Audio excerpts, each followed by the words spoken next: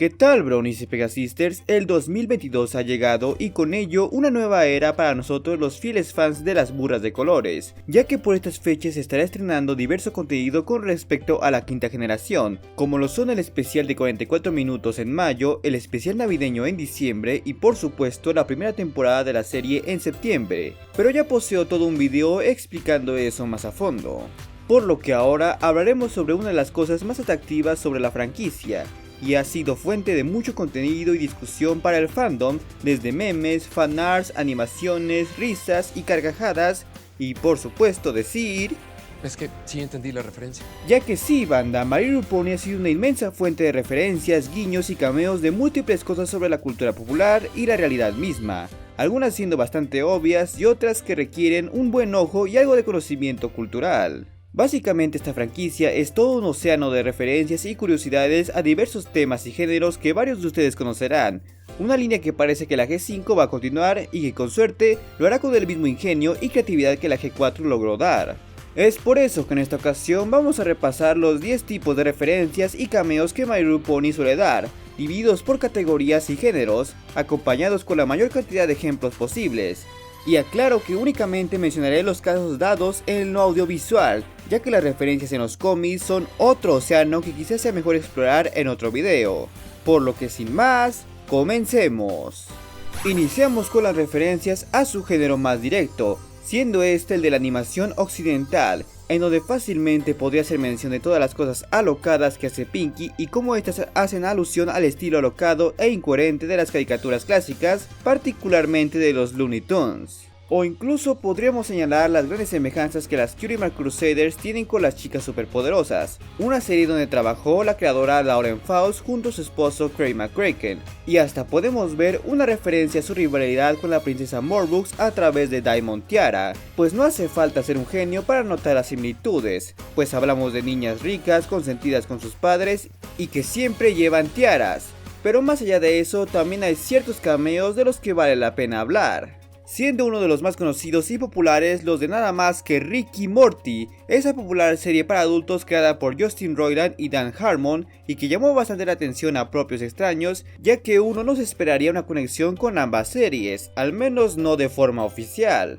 A esto los vemos en el episodio Abuelitas sin control, formados para la montaña rusa salvaje Furia Azul, a la que Rainbow Dash quería ir, demostrando que incluso hasta el dúo estaba dispuesto a viajar a esa dimensión y cambiar de forma para probarla antes de que cierre. Pero esa no es la única referencia a series para adultos, ya que en el episodio El dilema del tanque podemos ver brevemente los sombreros de Stan, Kyle y Eric, los protagonistas de South Park, cosa que tiene sentido ya que uno de los escritores de la serie, Dave Posty, también trabajó en esa serie. Sí, difícil de creer. Otro cameo bastante interesante es el de la icónica personaje de Betty Boo, ese dibujo de los años 20 quien hace una breve pero muy breve aparición en Calabozos y Discords, siendo alguien que Discord desvanece para tomar su lugar, y en el plan maestro, dentro de la fantasía noir de Rarity, en donde se ve que está entrándole a los tijerazos.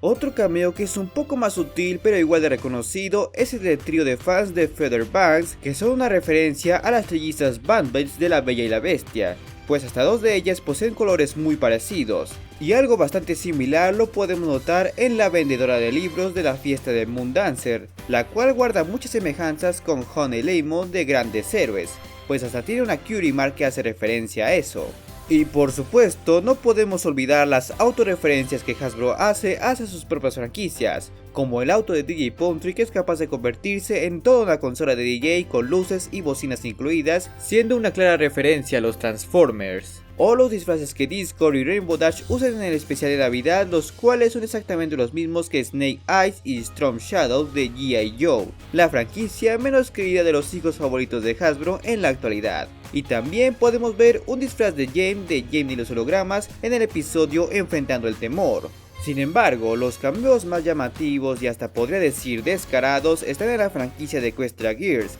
en donde podemos notar que varios de los estudiantes de Cantaloupe High poseen una extraña similitud con otros estudiantes de la escuela rival. Y no hablo de la escuela Crystal, hablo de Monster High, la franquicia rival de este spin-off. Por ejemplo, tenemos a un chico que por su cabello y Cutie Mark se asemeja bastante a Hot Hyde como a Here Bones. Hasta creo que también se llama Heard. u otro chico que posee un vestuario y peinado muy parecido al de Invisible Billy. Además de que no podemos ignorar el parecido entre Microchip y Jackson Jenkins, o el de Flash Entry también con Hell Bruns. Incluso comparte los mismos actores en español, aunque también podría ser una cuestión de estereotipos escolares. Sin embargo, el parecido más claro es el de Sunset Shimmer con Toral Stripe, que se puede notar en el vestuario, los colores y claro el hecho de que ambas eran abusadoras. Bueno, Toral aún lo es. Y además de que ambas cuentan con sus dos respectivos secuaces. Esto refuerza la idea de que Equestria Girls fue pensado más que nada para competir en ese mercado de muñecas adolescentes que Mattel estaba dominando,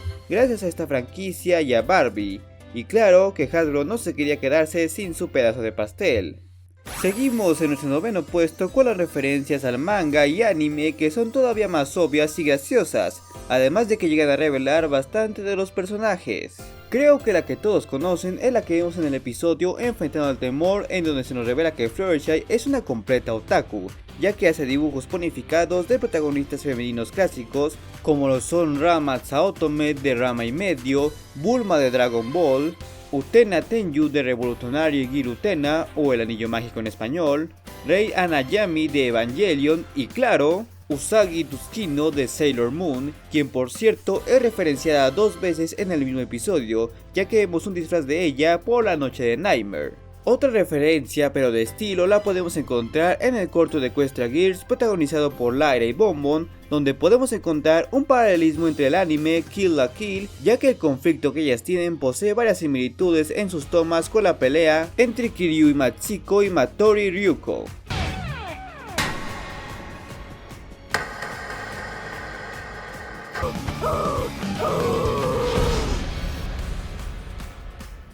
Y por supuesto, no podemos olvidar la icónica batalla de Twilight contra T-Rex, la cual se ve a todas luces que posee una gran inspiración en las batallas de Dragon Ball, que se caracterizan por tener combates en el aire, varios lanzamientos de poderes y muchas explosiones.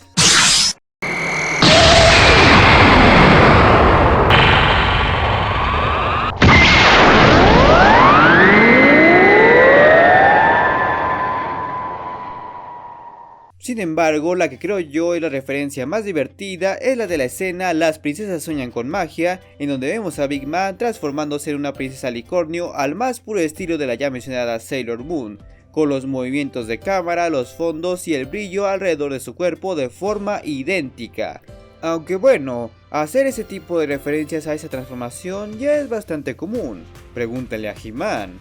En nuestro octavo puesto tenemos las referencias a las series de TV, las cuales varían bastante y le dan un sentido más profundo y vivo a la sociedad de Equestria, la cual posee más matices de lo que parece. Primero hay que mencionar una que quizás no muchos capten, pero si prestan atención podrán ver a varios punes de Manhattan, los cuales guardan un gran parecido a los personajes de Mad Men, una serie de época dramática producida por Lionsgate situada en Nueva York, razón por la cual estos personajes suelen aparecer en su versión ecuestre en Manhattan. Ahora, el por qué esa serie en especial, no tengo idea. Además, contamos con la participación del icónico personaje de Will Smith, el Príncipe de Bel-Air, donde no solo vemos un cameo suyo, sino que una versión adaptada de su tema de apertura es usada como promoción de la serie, una táctica que también fue usada con las intros de Game of Thrones y Salvados por la Campana. Aunque si de personajes icónicos hablamos, también contamos con la aparición del mismísimo Walter White alias Heisenberg de la famosa serie Breaking Bad en el ya mencionado episodio Abuelita sin control, en la misma fila que Rick y Morty. Es más, su Curimar es un cristal azul, referenciando su famosa metanfetamina, por si aún dudan de que en Equestria existe el narcotráfico. Asimismo, en el episodio Rarity Investiga podemos ver brevemente las versiones de Sherlock Holmes, John Watson y Jane Moriarty de la serie de BBC interpretados por Benedict Cumberbatch, Martin Freeman y Andrew Scott. Pero si hablamos de series de BBC, creo que todos estamos de acuerdo en que la mayor fuente de referencias nos las da el Doctor Who, el cual, como todos saben, es una representación de la 10ª encarnación del Doctor Who, una relación que inició de forma no intencional, pero llegó a ser tan popular que fue inevitable jugar con ello. Es más, la cantidad de guiños y referencias a este personaje es tanta que haría falta un video completo para mencionarlas todas, al menos las que he encontrado. por lo que me limitaré a mencionar el cómo en sus apariciones más destacadas se le ve usando una corbata o moño, la vestimenta más habitual del personaje, o incluso como en el episodio No es fácil ser Breezy, se le ve usando unos lentes 3D, los mismos que el Doctor usaba para ver la materia de la nada entre dimensiones. Pero creo que las mejores referencias se hallan en el episodio Un bocado de la vida, en donde lo vemos usar una bufanda de colores muy similar a la que usaba la cuarta encarnación del Doctor. Y en esa misma escena lo vemos decir la palabra Allons-y, la típica palabra favorita del 10º Doctor. Allons-y. Además de que en ese mismo episodio vemos su laboratorio, el cual está claramente inspirado en el diseño de la TARDIS del 9º y 10º Doctor. Y es ahí donde conocemos al personaje, quien más que ser un alien viajero del tiempo, es un científico algo loco y miserable, para ser honesto, ya que no ha logrado realmente viajar en el tiempo y no sabe cómo funcionan sus propios experimentos. Además, no le ayuda su reputación que uno de estos inventos sea una silla para sentarse y literalmente perder el tiempo. Eso ya da tristeza. Y como cereza en el pastel, varias de las apariciones del personaje posterior a la cuarta temporada vienen acompañadas de Rosadus, o Rose como se conoce formalmente, que como se imaginarán, esta es una referencia a Rose Tyler, la primera acompañante del Doctor en la serie moderna y con quien parece creó un chibi voluntario, tirando este a la basura. Para nuestro séptimo puesto dejamos de lado la ficción y nos adentramos en los terrenos de personas de la vida real que han sido ponificadas, es decir, tiene una versión pony en este universo. Los casos más resaltantes, que de hecho son relativamente comunes en series animadas, son los de los miembros del crew, entre los que podemos destacar a Will Friday, que es el OC del artista de guión gráfico Sabrina Alva-Gary, Betsy Pitt, OC de la animadora Erika Pitt, Holly Dash, OC de la animadora de personajes Holly Hitchbreed, Bitsweet y Lenwit, OC de los dibujantes de IDW Kate Cott y Andy Pierce, incluso Walla Neal, que es la OC de la diseñadora de personajes Charmin Bernahen, entre muchos otros. Un caso bastante similar se da con los personajes Stellar Eclipse y Angel Wings, los cuales son OC de Sylvia Nicholas LeBart Hunt y Lexi Hull, ambos siendo personas con discapacidad que pudieron participar en el programa con sus personajes gracias a la fundación Make a Wish, algo que incluso puede reflejarse en Stellar Eclipse, dado que Sylvian posee atrofia muscular, un gesto bastante adorable a mi parecer. Ahora, si hablamos de cameos más célebres, podríamos mencionar a los chefs del episodio Ponle sabor a tu vida, en donde podemos encontrar al famoso y temperamental Gordon Ramsay del programa Hell's Kitchen, Julia Childs de The French Chef, Kat Cora de Iron Chef, Jamie Oliver de The Naked Chef y Mr. Food, acompañados de la presentadora Rachel Ray. O también podríamos hablar de los artistas famosos e históricos, como los que pintan a Tree Hogger en Intimidad, como lo son Pablo Picasso y Leonardo da Vinci. Incluso el cómo los escritores realmente se basaron en Justin Bieber para la creación de Fairbanks, el rival amoroso de Big Mac, o la aparición de la actriz Josephine Baker en Calabozos y Discords. Pero creo que todos estamos de acuerdo en que las representaciones más destacadas son las de She Sandwich y Somber Serenade, ambos fuertemente inspirados en sus respectivos actores de voz, teniendo al actor, cantante y comediante Weird Al Yankovic para Cheese y la cantante y actriz Sia para Songbird, cuya canción Cheap Thrills no me puedo quitar de la cabeza. Y miren, incluso los propios Brownies tenemos unas cuantas apariciones. No sé qué pensar al respecto. Ahora pasamos al mundo de las referencias literarias, las cuales son más de las que se ven a simple vista. En el episodio donde más se resalta esto es en el cuento de Día de la Fogata, donde como todos saben hacen una completa representación del cuento de Navidad de Charles Dickens, donde Starlight Glimmer toma el rol de Ebenezer Scrooge, Rainbow Dash el de Bob Cratchit y Applejack, Pinkie Pie y Luna como los tres fantasmas del pasado, presente y futuro. Y de hecho, los escritores revelaron que originalmente Jacob Marley iba a ser interpretado por Discord, y fue cortado por falta de tiempo, pero ahí no acaba la cosa, ya que en el fondo podemos ver representaciones más fieles de los propios Scrooge y Cratchit, retratado por el Dr. Hoops, acompañados por el pequeño Tim retratado por Featherweight. Pero aparte de las referencias al cuento clásico, también contamos con apariciones de representaciones más clásicas de Sherlock, Watson y Moriarty. Y de forma más destacada contamos con la presencia del mismísimo Severus Snape, el profesor siniestro de la saga de Harry Potter. Y como todavía algo más sutil, tenemos la presencia de una potranca que se asemeja bastante a la niña del cuento de la pequeña cerillera, una referencia bastante oscura a mi parecer. Este episodio no es el único con referencias a Harry Potter, ya que en el episodio 3 son multitud podemos notar una representación mucho más directa, en la que vemos que Discord, Cadence y Twilight hacen una especie de cosplay de Draco Malfoy, Luna Lovegood y el mismo Potter. Pero dejando de lado a los británicos, en ese mismo episodio vemos una muy sutil referencia a la novela de Stephen King, Eso, pues vemos como Pinky llega a distraerse con un globo rojo que sale de la nada. Pero esa no es la única ocasión en que la serie ha hecho alusión al trabajo del autor, ya que en el episodio Plaga de Mentiras podemos ver brevemente a las gemelas Grady de la novela El Resplandor, y en Haciendo Nuevas Amistades con Discord podemos ver una aparición de Danny Torrance de la misma novela, pero hablaremos de eso más adelante. También podemos encontrar un vistazo a la bruja malvada del oeste y Glinda, la bruja buena del Mago de Oz en el episodio Entre la noche y el amanecer, complementando con la aparición de Dorothy Glay y su perro en Crecer es difícil, precisamente en la escena del tornado. Sin embargo, creo que la mayor referencia que todos conocerán es la trama del episodio La pareja perfecta, la cual está claramente inspirada en la novela de Shakespeare Romeo y Julieta, en donde dos miembros de familias enemigas inician una relación en secreto, teniendo a los Apple como los Montesco y a los Per como los Capuleto. Y lo más triste es que incluso ambas parejas comparten el mismo destino, pues como sabemos, Brightman y Per Butter terminan falleciendo por razones desconocidas.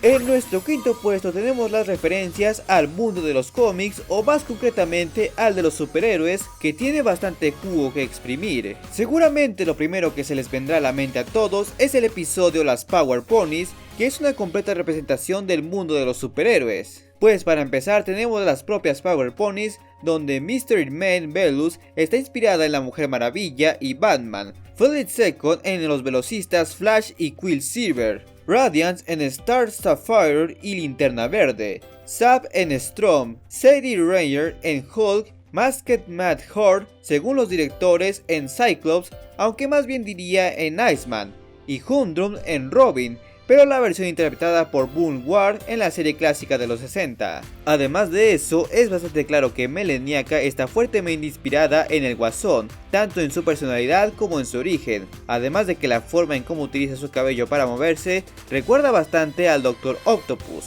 uno de los enemigos icónicos de Spider-Man. Siguiendo en el episodio Magia Desbordada, podemos ver brevemente cómo Starlight invoca un escudo idéntico al del Capitán América con la estrella y todo. Y en ese mismo episodio podemos oír que Applejack dice una frase muy similar a "un gran poder conlleva una gran responsabilidad", la típica frase del arácnido. Y no olvidemos las constantes comparaciones que el canciller Neisei ha tenido con el Doctor Strange, particularmente con su forma de abrir portales, muy a pesar de que el crew confesó que no fue de forma intencional. Aunque creo que una de las referencias más olvidadas pero que está fuertemente presente es la del cameo del mismísimo J. Jonah Jameson, el jefe gruñón de Peter Parker que vemos en reseña de la inauguración como el entrevistador. Ahora, quita tu portafolios de mi escritorio o me dará un coma diabético.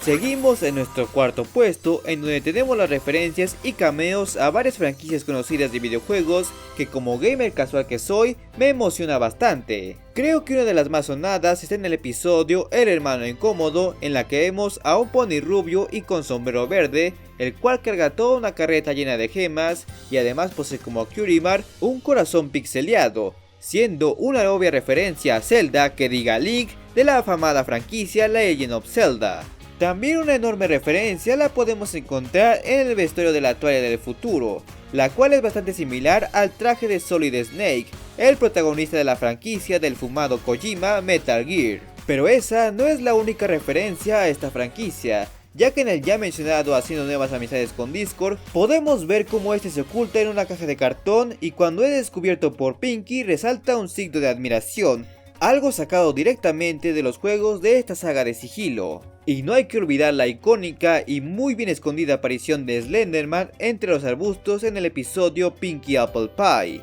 Pero las mejores referencias se encuentran en el episodio Intercambio, donde muy brevemente y de forma muy discreta se pueden notar a dos ponis, los cuales guardan una enorme semejanza con los hermanos Lutense del excelente BioShock Infinite. Incluso vemos que llevan consigo una jaula, haciendo alusión a la elección de botones de la jaula y el ave, la cual es totalmente inútil. Pero lo más impactante es que en este mismo episodio podemos ver a un pony gris con marcas rojas, siendo esto una obvia referencia al legendario Kratos, el protagonista de la saga de God of War, responsable de la extinción de todos los dioses. Y digo que es impactante por algo que sabrán más adelante. Ahora para nuestro tercer puesto tenemos esas referencias al mundo de la cinematografía, las cuales son demasiadas y la verdad dudo conocerlas todas, por lo que me limitaré a contar las que yo considero más destacadas. Para empezar debemos darle continuidad a esa referencia al Resplandor, donde vemos a un potro idéntico a Danny Torrance teniendo una escena con el Smooth, la cual es idéntica a la icónica escena del elevador expulsando sangre proveniente de la adaptación de Stanley Kubrick.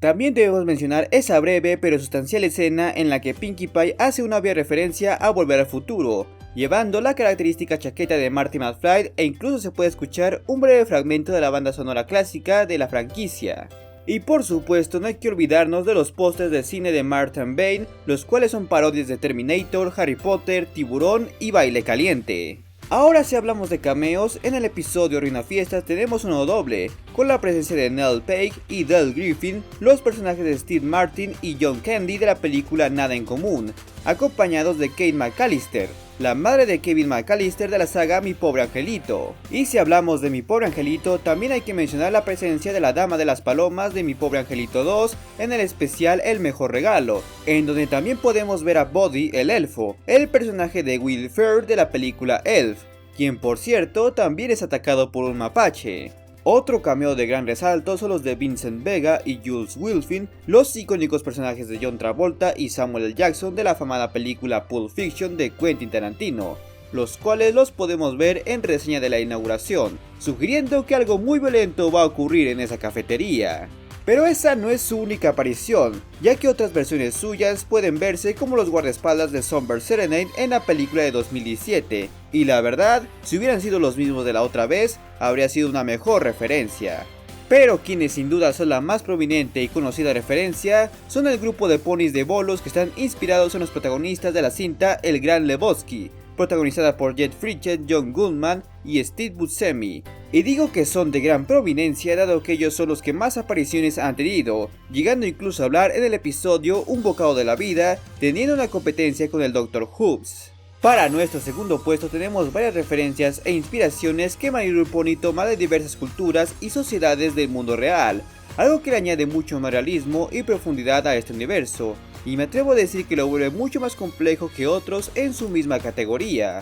La inspiración más obvia es la cultura europea británica, que podemos decir que es la más cliché de la cultura popular. Esta la podemos ver más que nada en los unicornios y más concretamente en Canterlot, que es una ciudad basada enteramente en esa cultura, cosa que se refleja principalmente en la arquitectura, donde sus mayores decoraciones están en los vitrales, los cuales en este caso se usan para plasmar eventos importantes. Además de que el uso de estatuas y laberintos para decorar jardines es algo típico de los castillos y palacios europeos, sin mencionar claro la vestimenta de la clase alta de Canterlot, que bien podría ser sacada de un episodio de Downton Abbey. Además recordemos que desde los tiempos precoestrenses los unicornios se han regido por un gobierno monárquico, uno que logró traspasar durante toda la era de Celestia hasta los tiempos modernos, tal cual como en el mundo real, pese a que en ambos casos el resto de su nación se rige a base de democracia. Y posteriormente, por razones desconocidas, fueron los Pegasos quienes adoptaron el gobierno monárquico. Pero antes de eso, los Pegasos por su parte poseían una clara inspiración en la cultura romana, dado que ellos se caracterizaban por ser la principal fuerza militar. Esto lo vemos más que nada en las armaduras de la Guardia Real, la cual está fuertemente inspirada en las armaduras romanas, teniendo el característico casco de galea, el cual llevaban en aquel entonces, un estilo que por cierto conservaron hasta los tiempos de la G5. Esto también se nota desde los tiempos preecuestrenses, ya que vemos que en sus tierras natales poseen un estilo arquitectónico muy similar a los romanos, basando la mayoría de sus construcciones en pilares y teniendo varias estatuas y arte a base de piedra, algo que también puede hacer referencia a la cultura griega, que son bastante similares. Mientras los terrestres se puede decir que son los más americanos, ya que ellos desde sus inicios se han regido por un sistema democrático al tener un canciller como representante, y mucho de su estilo de vida posee una fuerte inspiración en varias eras americanas, desde el concepto del viejo oeste, el cual está fuertemente implementado en lugares como Appaloosa, que es un pueblo regido por terrestres, u otros lugares donde los terrestres no rigen, pero sí tienen una fuerte presencia, son Manhattan y Las Pegasus, que también son ciudades basadas en Estados Unidos. Incluso en los tiempos de la G5, esta esencia se mantiene, ya que podemos ver que Martin Bain posee mucha de esa vibra americana de los años 80. Pero ahí no acaba la cosa, ya que como sabrán, Equestria y sus alrededores se han llegado a diversificar bastante, hasta el punto de tener varias culturas inspiradas en distintas partes del mundo. Los que más hacen notar esto son los pilares, quienes provienen de varias aldeas que podemos decir son hasta cierto punto independientes y cuentan con sus propios sistemas, y por ende culturas. La aldea de Mistmate, por ejemplo, está fuertemente inspirada en la cultura china, haciendo uso de simetría bilateral y techos inclinados adornados por lámparas de papel, incluso contando con su propio régimen por emperador o emperatriz en este caso, aunque parece que este no es necesariamente sanguíneo. De igual manera, la aldea de Sonámbula está fuertemente inspirada en la cultura egipcia, resaltando la existencia de pirámides y esfinges, incluso contando con un régimen de faraón. Y claro, también está la aldea de Rodhood, la cual está fuertemente inspirada en las culturas nórdicas, pues incluso vemos que los miembros del Frente Poderoso poseen fuertes similitudes con la vestidura y armadura de los vikingos. Otro lugar de Equestria del sur del que poco se habla es Arabia Equina, de donde provienen los únicos especímenes de caballos conocidos en la serie, y como su nombre sugiere, este está inspirado en las culturas de Arabia, algo que se ve reflejado en la vestimenta de sus nativos y el acento de Hotfar. Ahora, si habláramos de criaturas que no son ponis, podríamos mencionar a los búfalos, que están claramente inspirados en las tribus nativoamericanas, lo que hace que el episodio que aparezcan sea particularmente inquietante, si saben a lo que me refiero. También tenemos a los Yaks, que también poseen ciertas inspiraciones en las tribus vikingas, particularmente su necesidad de destruir. Además, recordemos cómo Secora, así como las demás cebras, están inspiradas en culturas africanas, precisamente por ser nativas de ahí, y en varios episodios centrados en Derindu podemos ver varias referencias a la cultura prehispánica. Creo que con todo esto podemos darnos cuenta de todo el trabajo de investigación que hay detrás de este mundo, el cual refuerza toda su profundidad y complejidad.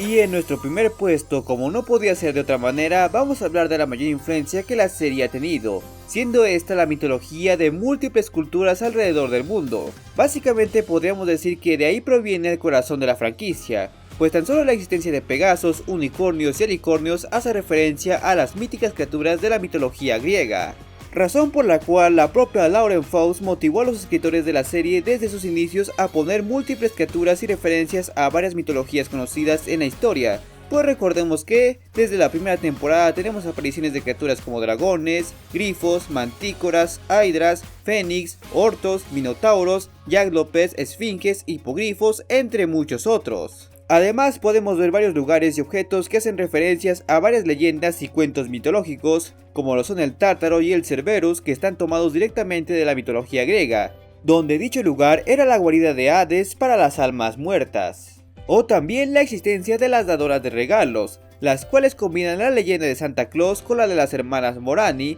al tener la capacidad de ver el pasado, el presente y el futuro. Y a los Kirins, que están basados en las criaturas de la mitología china, las cuales son una combinación de león, pez y ciervo en lugar de pony, y que de hecho los unicornios de la aldea de Mistmate también poseen cierta inspiración, pues podemos ver como estos poseen un cuerno más largo y curvo que los unicornios convencionales, siendo una referencia a algunas interpretaciones de esas criaturas que también son llamadas unicornios chinos. Y no olvidemos las múltiples inspiraciones de la mitología artúrica, que van desde Cántaro, la cual desde su nombre es una referencia a Camelot, el reino del rey Arturo, y la presencia de Starsuit el Barbado, que está claramente basado en el mago Merlín. Incluso el castillo de Twilight tiene un guiño a esto, siendo que contiene un mapa redondo rodeado de los tronos de las Main Six, siendo una clara representación de los caballeros de la mesa redonda. Pero sin duda las referencias más interesantes son las que forman parte del subtexto de varios personajes que ayudan a entender mejor varios de sus matices.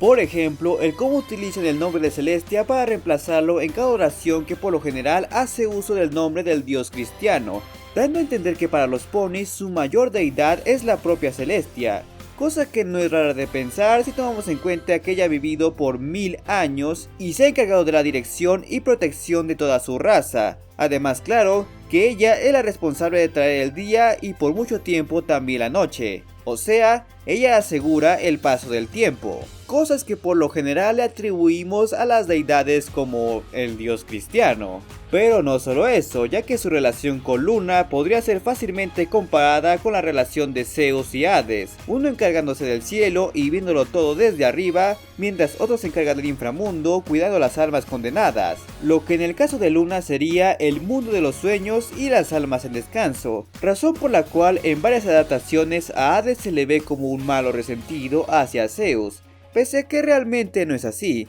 algo que termina por encajar en la envidia de Luna que la convierte en Nightmare Moon. Ahora a esta comparación podemos añadir a Twilight como Athena, la diosa de la sabiduría y la justicia, que se caracterizaba por ser una gran guerrera y estratega, y también por ser la hija favorita de Zeus, características que encajan perfectamente con la princesa Nair, y de hecho se ve sustentado por su disfraz de Noche de Nightmare que vemos en Enfrentando el Temor, el cual es una referencia directa a la dichosa diosa. También podríamos incluir a Spike comparándolo con el dios Hermes, ya que ambos cumplen con la función de ser mensajeros, pues Spike fue dotado con la capacidad de enviar y recibir mensajes a través de su aliento mágico. Y obviamente no podemos evitar relacionar a Cadence con la diosa Afrodita, ya que ambas se caracterizan por tener la capacidad de ejercer el amor y la belleza, y a Shai Binarmon con Ares, el dios de la guerra, dado que él comandaba la Guardia Real, por lo que debe tener experiencia en el combate y la estrategia, además de poseer una cierta rivalidad con Twilight como se puede ver en el Plan Maestro, cosa que se asemeja a la relación de Ares y Athena,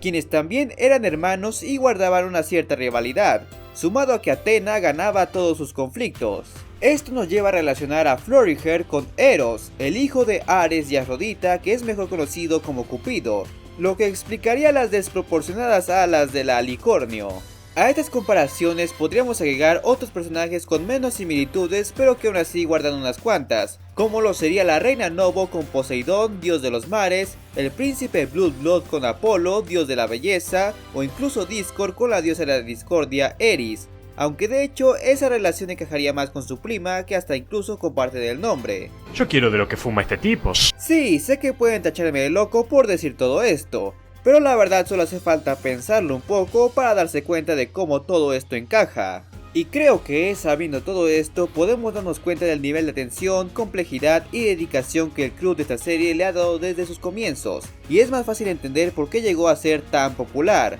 porque realmente no se me viene a la mente otra franquicia que pueda tener el mismo nivel de referencias y llevarlas con el mismo nivel de ingenio y capacidad, llegando a formar parte del subtexto de la historia y los personajes, dejando más que en claro cómo esta franquicia ha llegado tan lejos. Y bueno banda, eso ha sido todo por esta ocasión. ¿Me faltó alguna referencia? Háganmelo saber en los comentarios. Y como siempre no quiero irme sin antes agradecerle a los suscriptores que se han convertido en miembros del canal y recordarles que le den like, suscríbanse, compartan y activen la campana para estar al pendiente de mis próximos videos. Por lo que nos veremos muy pronto.